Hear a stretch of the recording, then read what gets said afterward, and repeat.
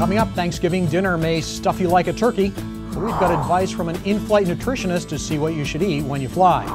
Plus, a new strategic partner for AOPA and flying low and slow in the Everglades. AOPA Live this week begins right now.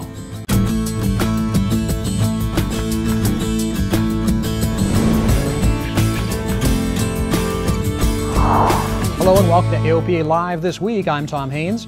Like many of you, we have an abbreviated work week because of the Thanksgiving holiday, and as a result, we've got an abbreviated show. As the holidays settle in, the weather in much of the country gets cold, but not in the Everglades region of southern Florida. That's where a group of AirCam owners spent the weekend. They flew low and slow in the sun. AOPA Live's Paul Harrop tagged along, and he has the story. Welcome to the Everglades.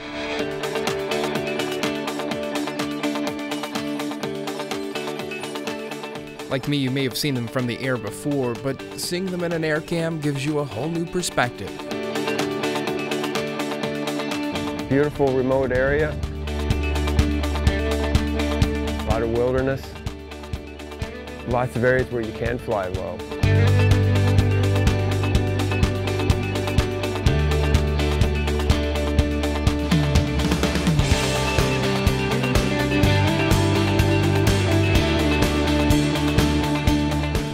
Nice area to fly in.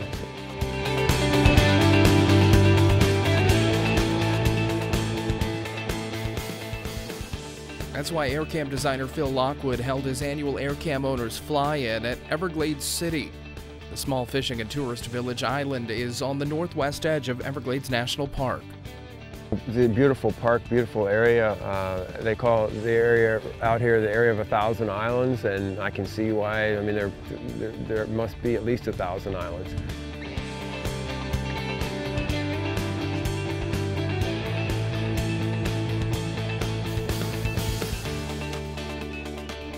The pilots that flew in got to see nearly every one of them up close and personal over 3 days this weekend. It's an annual tradition to gather and fly low and slow, and AirCams are the perfect machine for that mission.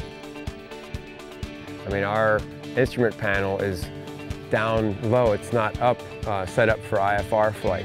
So your view is the scenery and what's ahead of you, and not the instrument panel. Being out in the open and being able to smell and hear everything that's going on around you in addition to seeing it. And because it has so much power, it's very safe to fly on a single engine, so flying low and slow is just not an issue. It's something that you do all the time in this airplane.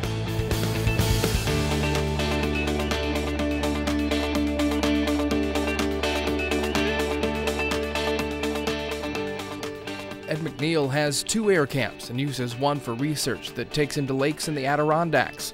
But in the winter, he prefers trips like this one. Saturday morning, the group flew around Cape Sable, the southernmost tip of the Florida mainland. Phil says it's great to get like minds together.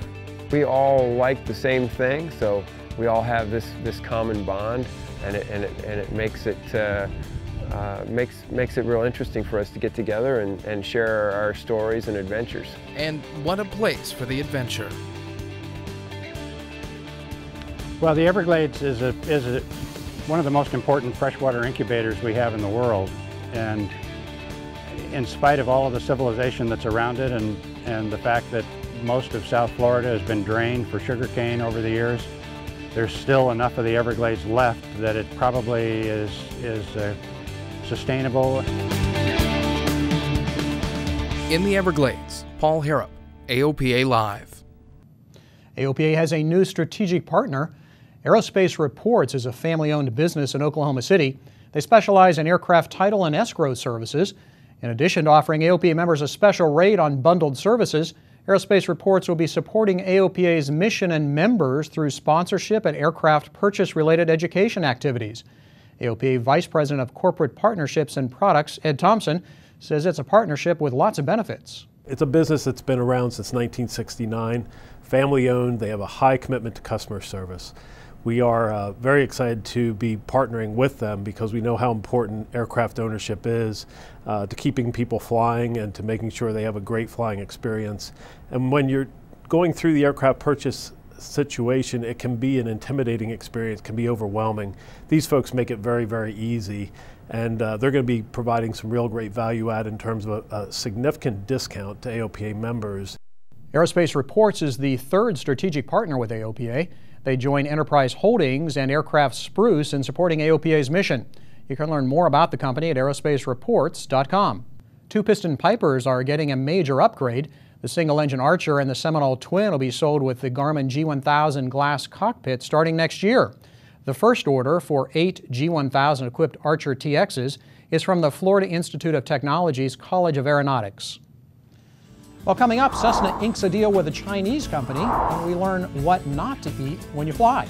You're watching AOPA Live this week.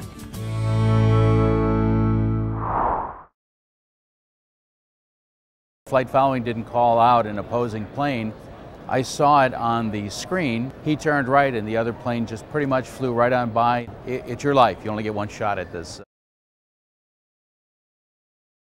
It's been called the most sophisticated single-engine airplane ever. But to the people whose loved ones are alive today, it's called a lifesaver. The Cirrus Airframe Parachute System, only from Cirrus Aircraft. Welcome back. You're watching AOPA Live this week. Cessna has completed a deal with a Chinese company to do final assembly of the Citation XLS business jet in China. The work would be for aircraft in the Chinese market. Cessna said in a news release they hope the relationship with the company taps into what is expected to be the highest growth aviation market during the coming decade.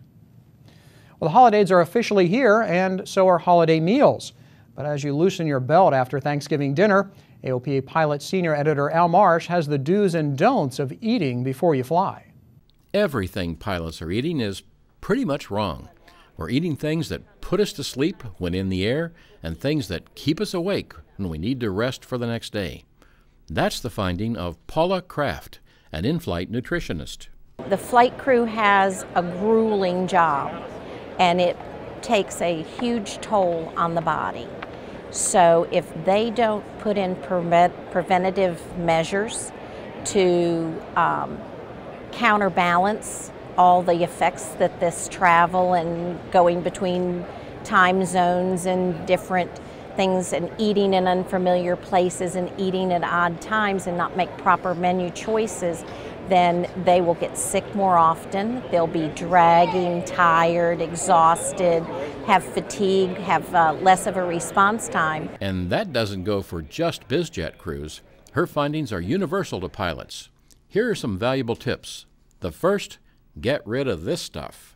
Any of your power drinks are called crash and burn. You'll get an instant push of energy, but you're going to come down really hard. Your caffeinated drinks, the more caffeine you're drinking, will have the same effect. When you come down, you'll be even more tired and therefore have poorer judgment. Just drink water, lots of it. The other thing that we see a lot are power bars, granola bars in the aircraft galleys and FBOs. Everybody thinks that a granola bar is healthy, but actually, because of the amount of carbohydrates in this bar, this will bring you up and then instantly bring you down. You also need to ditch the chips. They're high in carbs. They should be eating high protein, vegetable, and fatty items, because the fatty items will keep them awake. At breakfast, don't order croissants and home-fried potatoes. Those foods will cause you to get sleepy right before a full day. Whole grain toast will digest slower and support you longer. Meat and vegetables are also good. While an RC Cola and a moon pie might be quick and easy, you want to make sure you're airworthy to make a flight, whether in a 150 or a 650. Al Marsh, AOPA Live. We leave you this week with a flight down the Florida coast. As you recover from Thanksgiving dinner, we hope it will help you think warm thoughts on this holiday week. Thanks for watching AOPA Live this week. I'm Tom Haynes. We'll see you next Thursday.